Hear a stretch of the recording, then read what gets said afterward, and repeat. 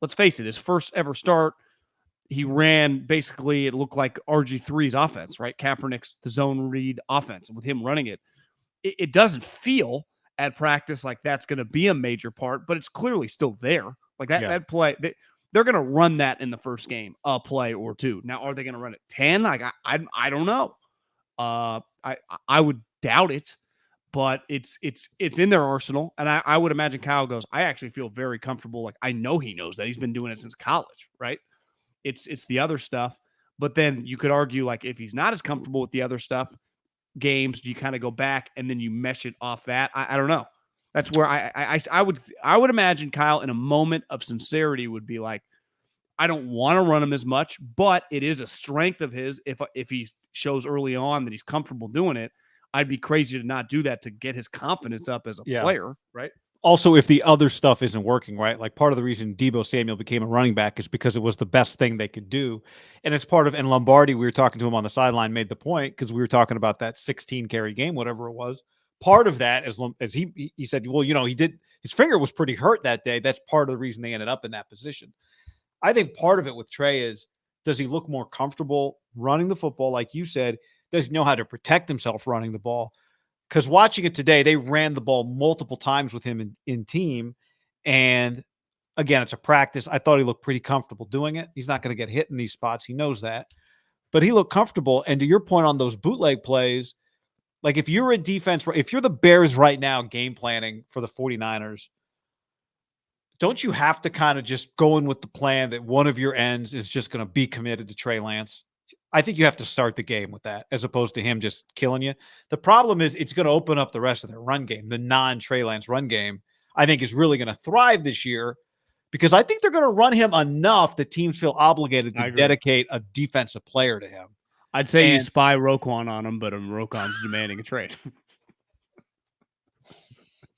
So Roquan will just be out there just reading his fucking 2-page declaration. Now, you could argue, I don't know, as the middle linebacker need to spy Trey Lance quite I'm yet. not talking about spies. Not. I'm talking about the backside defensive end is not going to come crashing down the line of scrimmage. They're going to be dedicated to Trey Lance. That's what I'm talking about. On the boots and him rolling back out. Yeah. But I would imagine the amount of people running this offense now, all these players, if you've been in the league a couple of years, you've seen this offense on your schedule multiple times. They hammer that in all week. Part of what just makes the offense so hard, yeah, that's true, is like you just kind of naturally, once they hit a couple of runs, like you're like, I'm making this play, and then it's like he doesn't hand it off, and boom.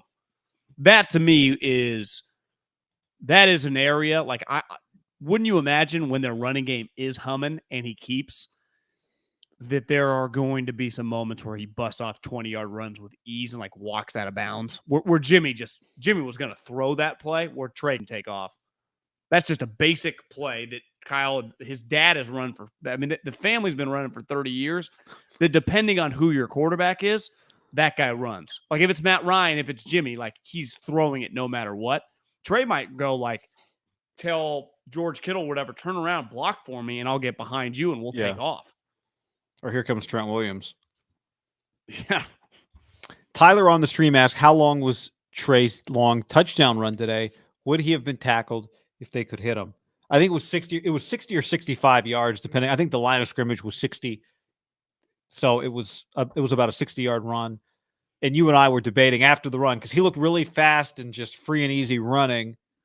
Ray Maluga was trying to track him down out there, but couldn't. Talanoa Hufanga, just a fun guy to watch in practice.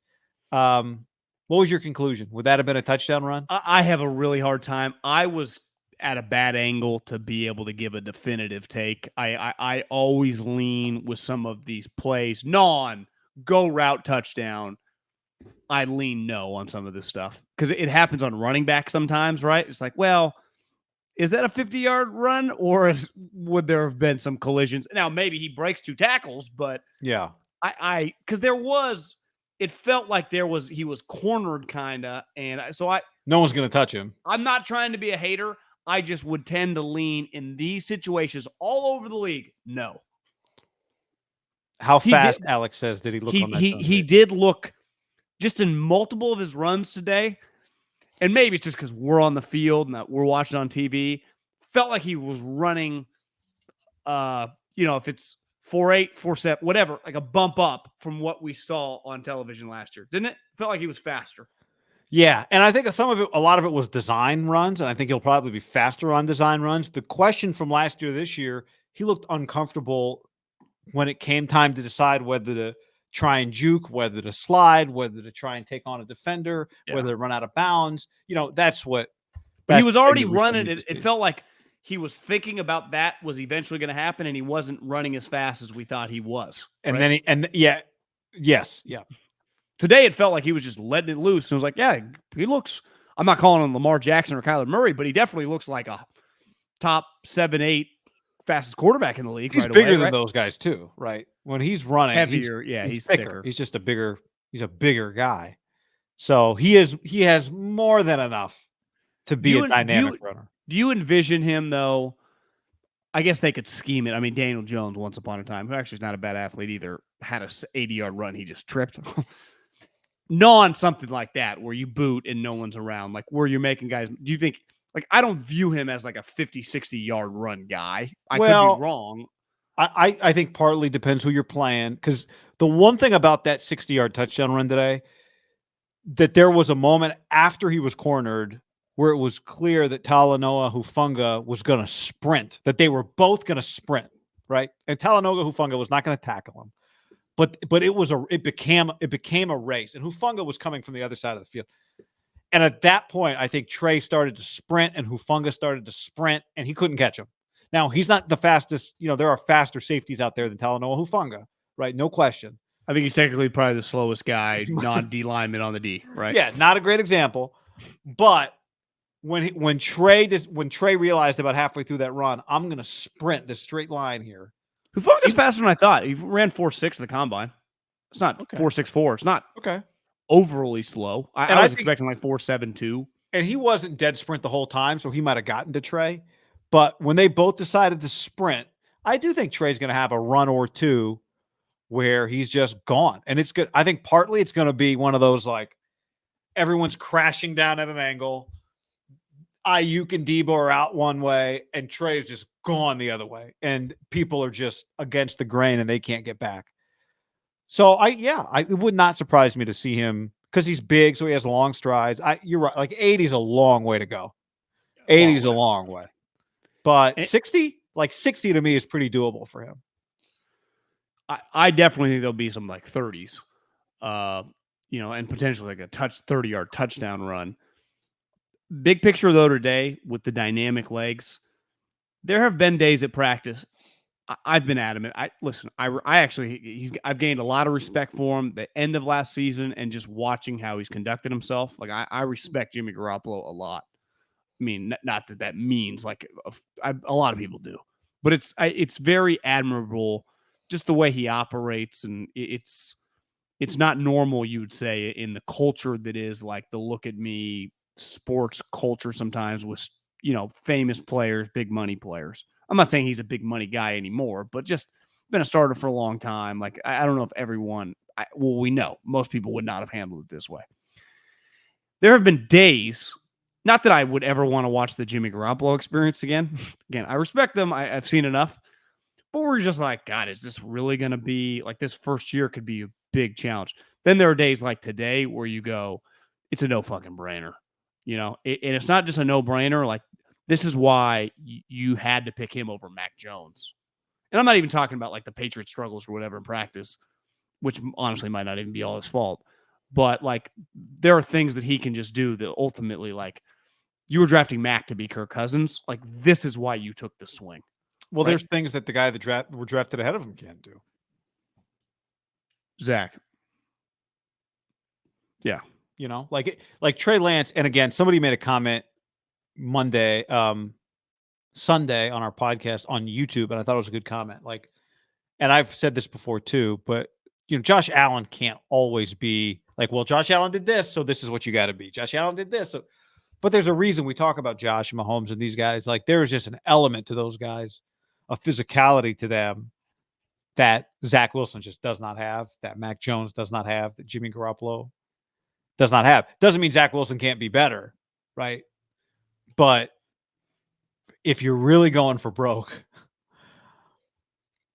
this guy does bring something potentially that most people on the field just don't have, which is the physicality and the speed and the strength and all of that, the height, you know.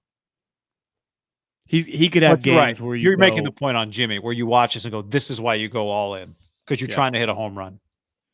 you're taking a big swing. And this is, remember, what Kyle got mad about right before the draft about, like, you guys just think I want Matt Ryan and Kirk Cousins. Remember? And it was like, So I remember it's one of my favorite press conferences I've ever watched. We're looking for Drew Brees meets Lamar Jackson. And that is not saying this guy is Drew Brees meets Lamar Jackson. Obviously he's not. But like he is, like, he's a quarterback that can really move. And when I say really move, I'm not acting like the guy's a 4-4 guy, but he is a big-time athlete. You know, some big-time athletes aren't, you know, like Hufunga's a big-time athlete. He's just not that fast, right? There are elements of his athletic ability where he just turns into a football player. Like, that's the thing people said, like, how do I describe Deebo Samuel? Like, he's just an elite football player. And I think sometimes the pushback on quarterbacks is like, it all comes down to throwing. It all comes down to throwing. And it does. And that's going to be that. What's going to make or break Trey Lance is going to be like, is he accurate enough? And that to me is going to be one of the main themes all season, right? How accurate is he in, you know, in a tight game against the Rams and it's 2nd and 9, and you just basically know you're probably throwing the next 2 downs. Like, can he complete those? And in the fourth quarter, hell, maybe you're down. You know, it's 21-18. And you're just like, fuck, we got to get at minimum into field goal range. He's going to have to complete some passes. We don't have any timeouts left. That's going to define his career, just big picture. But, like, you can get by a little bit early on with just being a really good athlete and kind of figure it out from there. I think Josh Allen's a good example. Obviously, Lamar's a good example. Kyler was just a pretty natural thrower immediately. Like, that's, to me, that kind of – Kyler was even on a way different level than Lamar immediately, right? From just – and he still is. When Kyler's humming – he's throwing BBs, and it's like, God damn, this guy fucking throws a great ball, right? Arm angles, platforms, just hitting guys in stride. Like, no one's ever questioned, like, oh, Kyler can't spin it, you know? Like, that is, like, let's face it, Trey is getting criticized on things. And when I say criticized, people are just talking about, like, you know, he throws a wobbly ball sometimes, not always that accurate. Like, there are things like, Kyler's never battled those. I mean, part of that's crazy. He gets criticized a lot. It's all about stuff like he just wants to go game. And that's where I get back to Trey. You just bet on guys that, you know, truly, truly give a shit. And this is the first year of kind of, I mean, last year technically was, but this is the year where we judge it because you're playing all the time, where you kind of build the base for the rest of your career, right? This is the first time kind of laying the foundation of every week you're starting. It's not like, well, Jimmy's fingers messed up, you're starting this week, and then you're going to go back down. Like, every single week, you are the guy. 17 weeks. The season's long. I can't imagine, like, I know he's excited. There's got to be some butterflies. Like, this is a pretty big thing. Like, you're trusting me with a franchise. You're trusting just this season. I look around my team suite. I say it all the time, man. There's a lot of pressure on him. There's no way around it. And people would be like, well, this year, you know, it's his first year. Like, anything, like, they miss the playoffs, it would be viewed as a disaster. We all know it would. We just know it would, because we kind of felt it last year just with Jimmy. And it's just the pressure now with this team to just the watered down NFC. You know, it's just every game. I do believe that Trey is going to have a microscope over him that is for all the young quarterbacks. You know, Mac made the playoffs last year. And to me, this year, if they suck, will be more about Bill and his offensive coordinator. I think the Jets, people just view the Jets as shitty. The Jags just don't matter. Everyone thinks Fields' team sucks. And that was one of the most highly touted and rightfully so quarterback drafts of all time, right? 5 guys in the top 15, 4 in the top 9. Or I guess Fields maybe went 11, but a bunch of guys going 1, 2, 3. I think he's going to be the most talked about because he's on by far the best team of the group, right? And that group just gets talked about a lot, don't they? If the best thing they can do for him is just win around him, but by far the best thing they can do is win, right? And just take some of the pressure off of him. Games or just other players play well?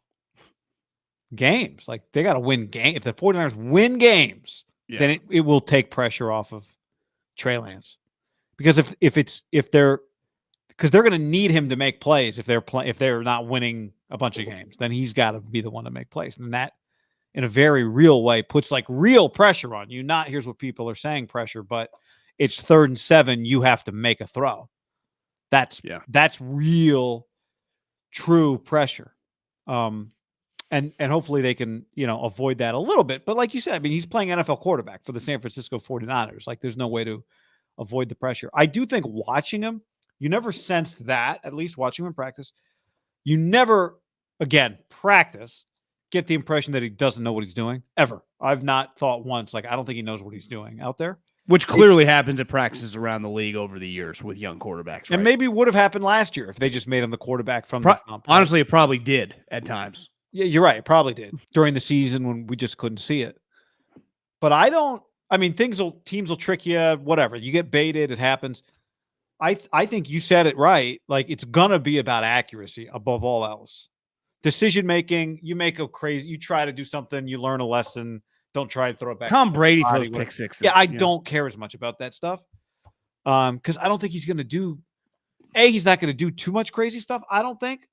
And B, Shanahan, like part of this is the play gets called, do this, do that, easy throw, wide ass open, Brandon Ayuk, just hit him. Like I think it's a lot of that. Yeah.